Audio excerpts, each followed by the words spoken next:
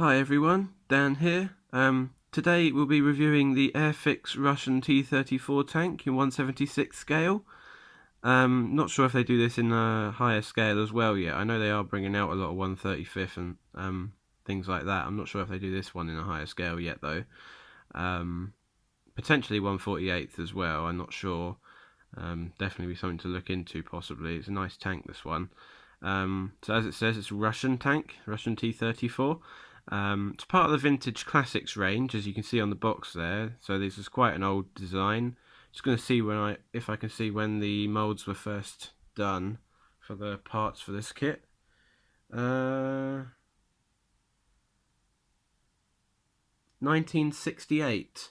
This kit's been around since, so it's quite an old one now. Very good fun to build. I would recommend this tank for newbies to tank modelling. It's the instructions are quite good. Unfortunately, I've mislaid the instructions, so I can't show you.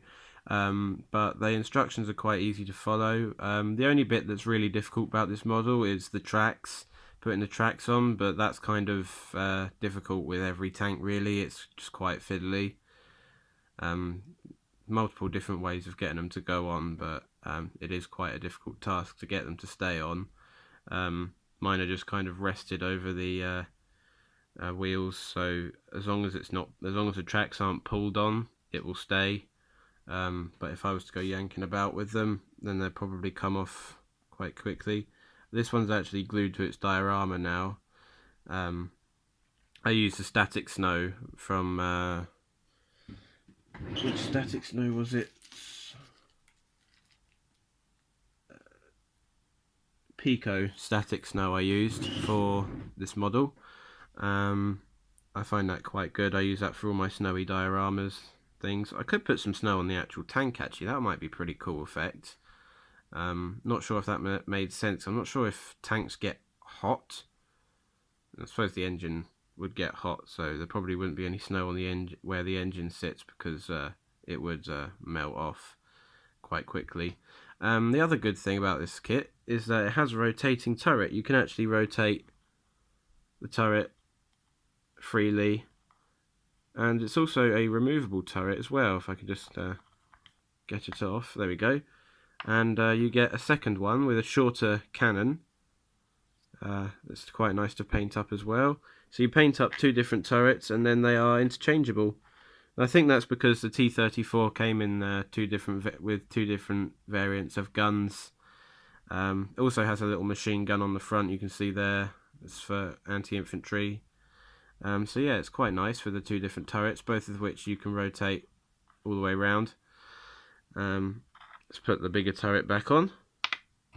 I think the bigger turret's slightly more well detailed than the smaller turret, because you got the hatch on top, whereas the smaller turret doesn't really have a hatch or much detail on the top really.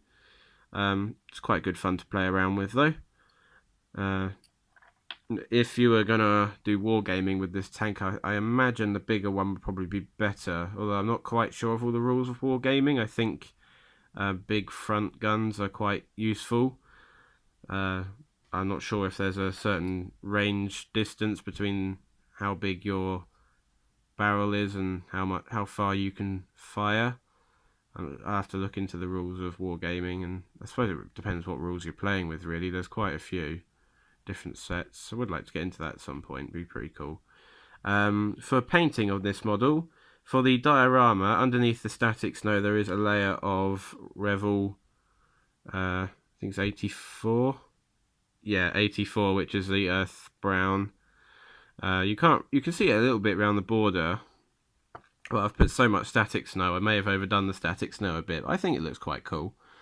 It's just quite snowy on the box. You can't really see much earth in the picture on the box, and that picture was also also painted in 1968. It says who it was by. Roy Cross painted the illustration in 1968. And for the tank itself, I used Humbrol 117. Because this is an airfix model, you use Humbrol paints to paint them.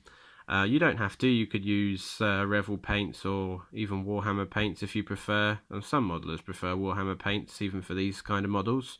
I can see why, they are pretty good paints, but I bought the enamel Humbrol one for that one. Just wanted to make it exactly how it was supposed to be built and painted. So yeah, that's pretty good. I suppose one thing I could do is put a little bit of brown on the tracks, because the tracks would get quite dirty. I suppose I could also snow the tracks as well. I could put a little bit of snow, because they would be churning up the snow and taking it with them as they go round. Yeah, if you wanted an extra layer of detail, you could do that. That would be pretty cool.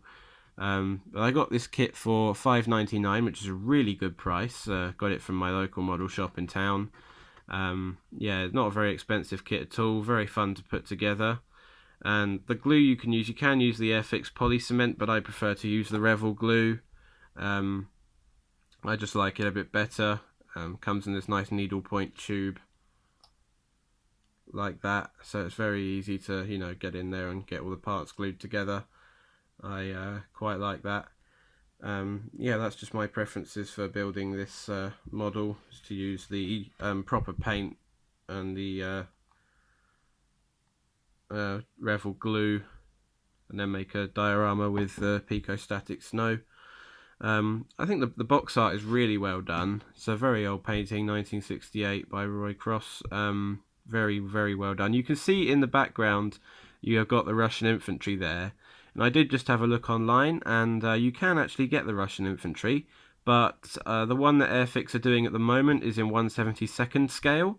So it's quite out of... a little bit out of scale, only just. I don't think you would notice it particularly with people, but they would be a little bit too tall for the tank. It might look slightly out of scale, but if you go on the likes of eBay and that, you can get the old vintage Airfix 1/76 scale. Well, back then it was actually called HO/00 scale, because it was in line with the railway models back then. But yeah, you can pick that up, and that is the correct scale for the tank, the Russian infantry. Or if you couldn't find any Russian infantry, I suppose during the start of the war they were on the German side, so I suppose you could use German infantry as well if you wanted to. It'd still be historically accurate to a certain degree. Then of course they switched sides and it ended up defeating Germany. Yeah, so all in all, this is a very good model to make. Very interesting features on it, and yeah, I will definitely build this model again if I can ever pick up another kit of a convoy of T34s. That would be pretty cool, and a big snowy diorama. I might have to do that at some point. But yeah, thank you for watching, everybody. I hope you enjoyed this little review video, and I will see you in my next video. Yeah, thanks again for watching, everyone.